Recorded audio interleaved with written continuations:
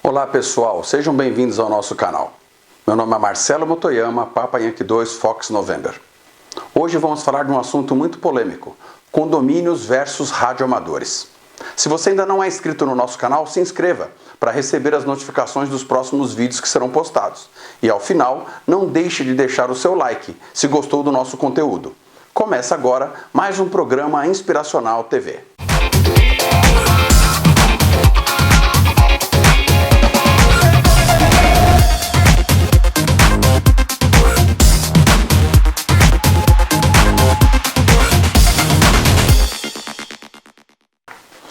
Olá pessoal, no programa de hoje nós vamos falar de um assunto que incomoda muitos radioamadores. Eu estou falando da batalha que se instala, inclusive juridicamente, entre condomínios e radioamadores. Muitos dos radioamadores que moram nos grandes centros hoje necessitam instalar seu sistema irradiante, só que moram em prédios. E aí se deparam com diversas proibições, regras e normas que o proíbem de instalar suas antenas nos topos dos prédios.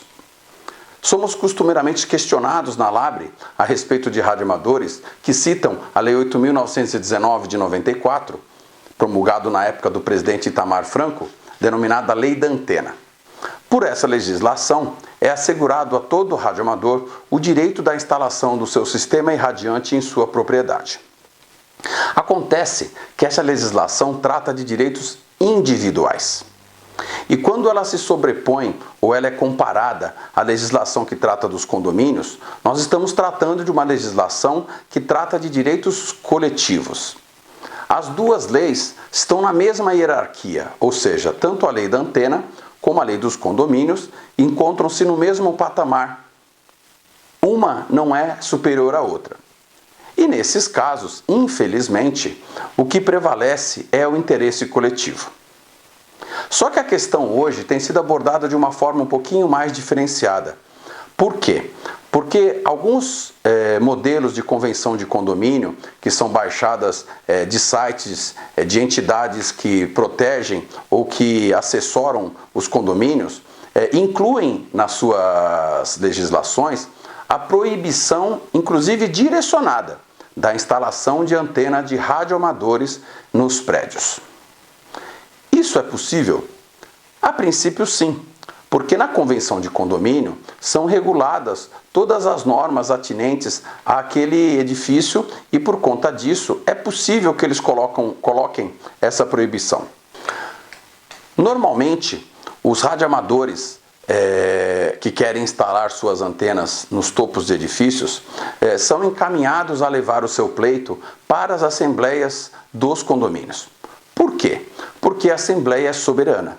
Se a assembleia decidir, por maioria simples, que o radioamador pode colocar a sua antena no topo do prédio, ele poderá sim colocar a sua antena no topo do prédio. Agora, o caminho que muitos colegas radioamadores têm adotado é a via judicial. Infelizmente, são muito poucos aqueles que obtêm sucesso através dessa via, justamente por conta dessa equiparação entre as leis, ou seja, uma lei que protege o interesse coletivo, que é a dos condomínios, e uma lei que protege o direito individual, que é a lei da antena.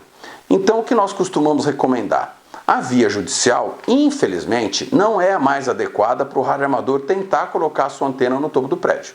O que nós aconselhamos é que ele encaminhe o seu pleito para a assembleia do prédio.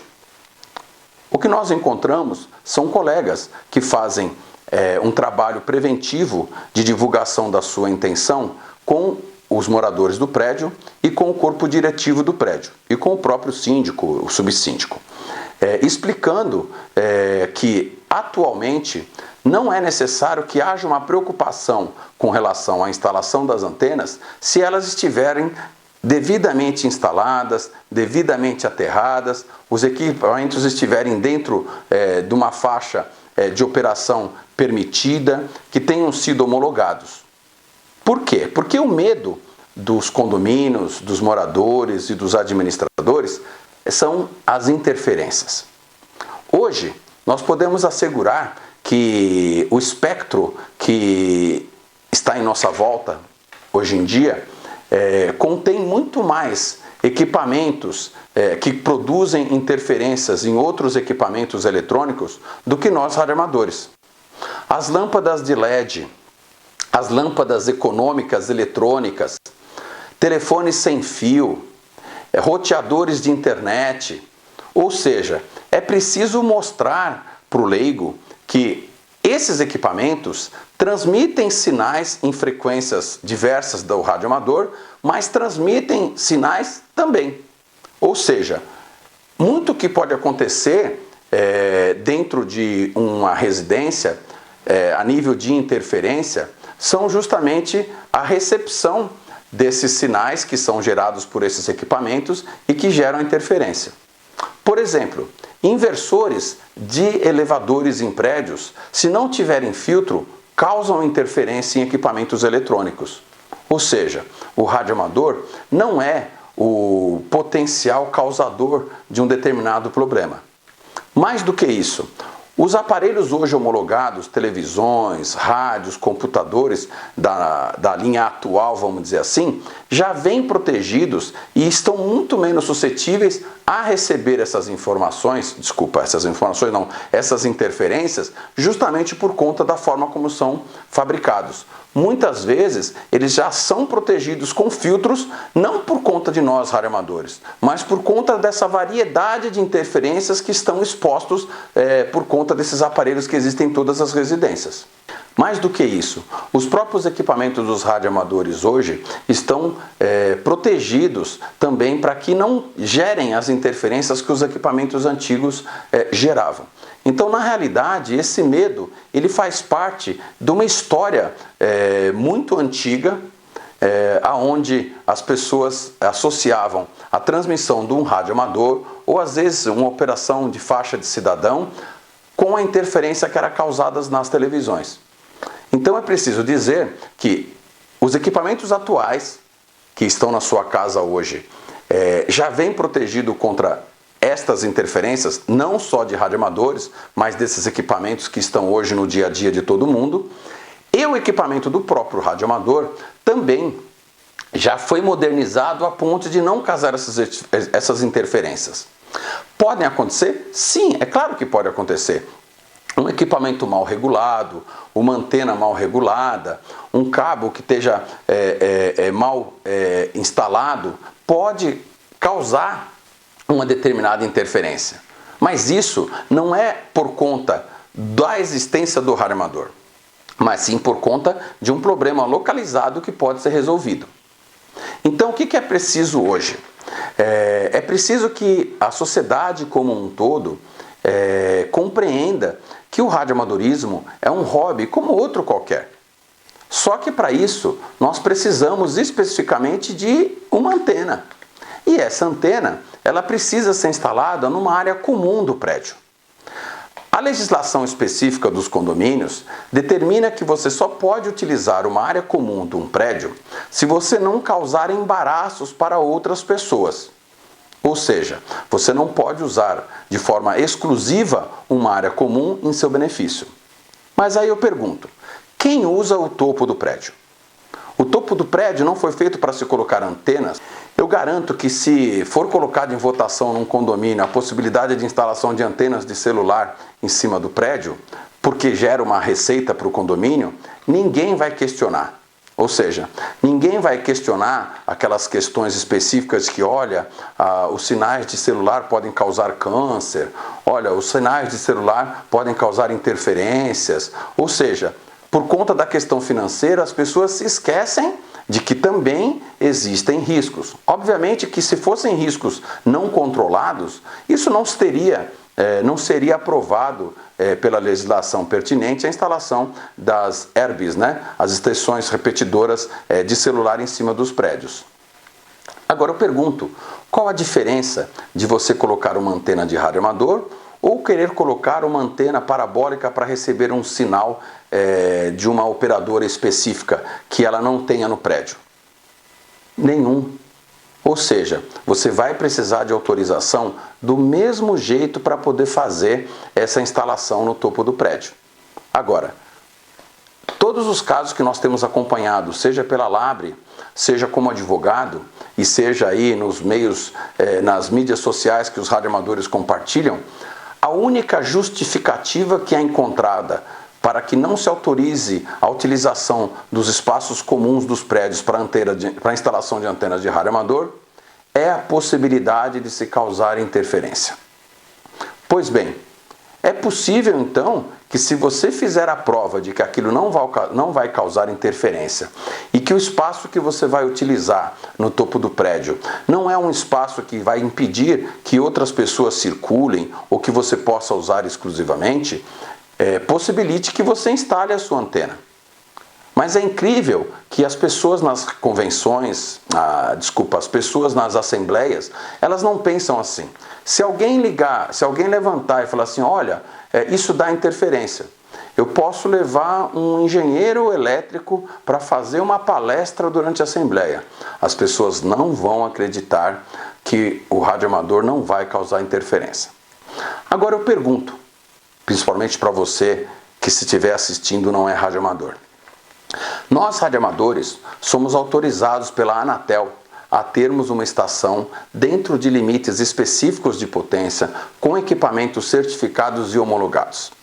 Se nós utilizássemos algum tipo de recurso que pudesse causar prejuízos a terceiros, vocês acham que nós estaríamos autorizados a ter uma licença para sermos radioamadores? São mais de 5 milhões de radioamadores em todo o mundo. Garanto para vocês que mais da metade deles morando em prédios. Ou seja, é possível você colher centenas de depoimentos de síndicos e moradores de prédio que convivem com radioamadores e que não têm nenhum tipo de interferência. Muito pelo contrário. O radioamador pode estar lá quietinho operando na sua casa e o vizinho faz uma instalação de lâmpadas de LED não homologadas e não certificadas pelo Inmetro. Essas lâmpadas não certificadas e não homologadas serão geradores de interferência para o radioamador. Ou seja, o que nós temos hoje é uma possibilidade muito maior de um radioamador sofrer interferências por conta de equipamentos elétricos e eletrônicos que estão disponíveis no mercado, do que o próprio radioamador causar algum tipo de interferência na sua residência. Outra argumentação que eu já escutei, inclusive em caso pessoal, é de que, olha, a transmissão de sinal do radioamador pode queimar o seu equipamento. Também não pode acontecer isso. Ou seja, não existe a possibilidade de uma transmissão de rádio amador causar a queima de um computador, a queima de um celular, a queima de uma televisão ou de qualquer tipo de equipamento de uma outra residência. Eu mesmo sou radioamador há mais de 30 anos. E os casos que eu tive de interferências somente na minha própria residência foram causados por problemas técnicos, como a rede elétrica que estava mal dimensionada, ou um equipamento que não estava com problema e não era certificado. Resolvido isso, o problema sumiu. Ou seja, eu pergunto, o problema era o radioamador? Não, o problema não era o radioamador. Isso significa dizer que, se o radioamador tem a sua estação toda arrumada, certificada, o aterramento feito de forma correta, os equipamentos todos calibrados de forma correta e sua antena perfeitamente instalada, você não vai ter problema. Agora, é muito importante frisar, o radioamador que for autorizado a instalar a sua antena no topo do prédio deve se cercar de alguns cuidados muito importantes. Primeiro, peça para que um engenheiro emita uma ART da instalação da sua torre ou do seu sistema irradiante. Ou seja, esteja seguro que um profissional habilitado certificou a instalação da sua torre ou do seu sistema irradiante, se ele não for fixado através de torre, no topo do edifício. Segundo, faça seguro da sua antena no topo do prédio. Ou seja, você precisa assegurar danos a terceiros.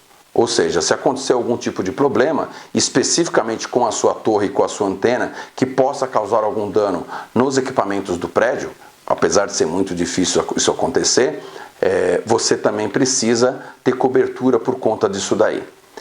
E último e o mais importante, faça sempre a manutenção do seu equipamento. Ou seja, não é nenhum tipo de problema você instalar uma torre em cima de um prédio. Hoje nós vemos diversos prédios com torres com antenas de televisão.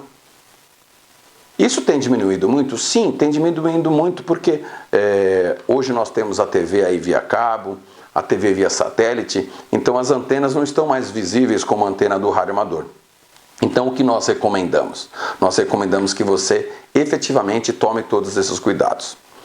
E para quem administra um condomínio, ou para quem administra uma empresa que administra condomínios, ou para você que é síndico ou morador de um prédio, garanto para você, busque se informar junto com a própria Anatel ou com o próprio radioamador que está no seu prédio, de como funciona a instalação da antena dele. Você vai descobrir que o radioamador ele é muito útil para a sociedade. Você pode ter um ponto de contato quando ocorrem, por exemplo, catástrofes. Recentemente, não tão recentemente, aí com o tsunami no Japão, a única forma de muitas famílias japonesas aqui do Brasil se comunicar com famílias japonesas nas regiões onde ocorreram o tsunami era por rádio.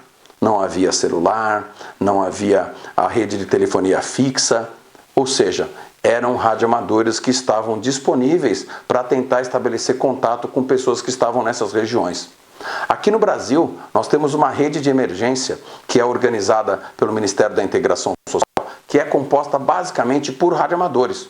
Ou seja, radioamadores que cedem as suas estações para que elas sejam utilizadas no caso de acidentes ou de outras calamidades e catástrofes que possam acontecer. Muito costumeiramente, na região serrana do Rio de Janeiro, são radioamadores que fazem o atendimento todas as vezes que acontece aqueles casos de deslizamento e desastres naquela região. O radioamadorismo é um hobby, ou seja, é uma atividade essencialmente de lazer. O que nós percebemos hoje? Que muitas pessoas não têm atividades de lazer na terceira idade. O radioamadorismo é uma das atividades que mais tem pessoas na terceira idade praticando hoje. Por quê? Porque elas estão dentro de casa, elas estabelecem contatos com o mundo inteiro, elas nunca estão sozinhas. O radioamadorismo para o jovem é muito saudável. Ou seja, você consegue aprender noções de geografia, noções de histórias, ciências, física, através de experimentações do radioamadorismo.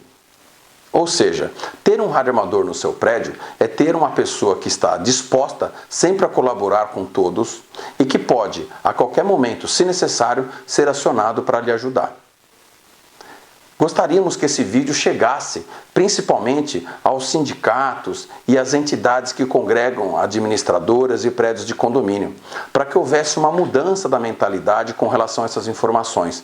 E esqueçam aquele passado de 30, 40, 50 anos atrás, quando realmente aconteciam interferências chamadas de TVI, onde um radioamador podia interferir naquela televisão ou naquele equipamento de rádio que ele tinha na cozinha. Hoje em dia, volto a repetir, por conta da forma como estão os equipamentos novos na sua residência e também pelo desenvolvimento dos próprios equipamentos dos radioamadores, isso não acontece mais. Então, quando você dentro de um condomínio, numa assembleia, proíbe que um radioamador exerça a sua atividade de lazer, é como se você dissesse para um pescador que ele não pudesse mais pescar. Como se você dissesse para uma pessoa que gosta de jogar futebol que ela não pode mais praticar aquela atividade que ela gosta. É como dizer para um mergulhador que ele não pode mais mergulhar. É como dizer para um alpinista que ele não pode mais escalar montanhas. Ou seja, proibir um radioamador de fazer um contato e estabelecer a sua estação dentro da sua residência não é só um fato que pode estar, na sua opinião, não lhe afetando absolutamente nada. Pense nisso. Espero que tenham gostado desse vídeo. Vamos tentar abordar assuntos que sejam pertinentes tanto para a comunidade radioamadorística como para quem não é radioamador nos próximos vídeos. Se você ainda não é inscrito no canal, se inscreva. É muito importante para que você receba as comunicações dos próximos vídeos que serão postados. E se você gostou do que você assistiu, deixe o seu like. É muito importante que você avalie o nosso trabalho. E querendo, faça comentários. Na medida do possível, estaremos disponíveis para respondê-los a cada um deles, ok? Muito obrigado e até o próximo vídeo.